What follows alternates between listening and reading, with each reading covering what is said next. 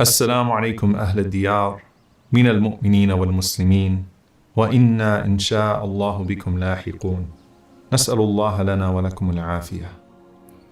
You realize at some point that you don't come here to bid farewell, but to say see you soon. You prey upon them until you are preyed upon. You visit them until you are visited. But you still love them and long for their company, and wonder about them while you're still here. Where are they? Do they know how I'm feeling? Do they know when I visit them? Do they hear me? What should I be doing to make things better for them? And what should I be doing to make things better for myself while I wait to hopefully join them in the company of the righteous?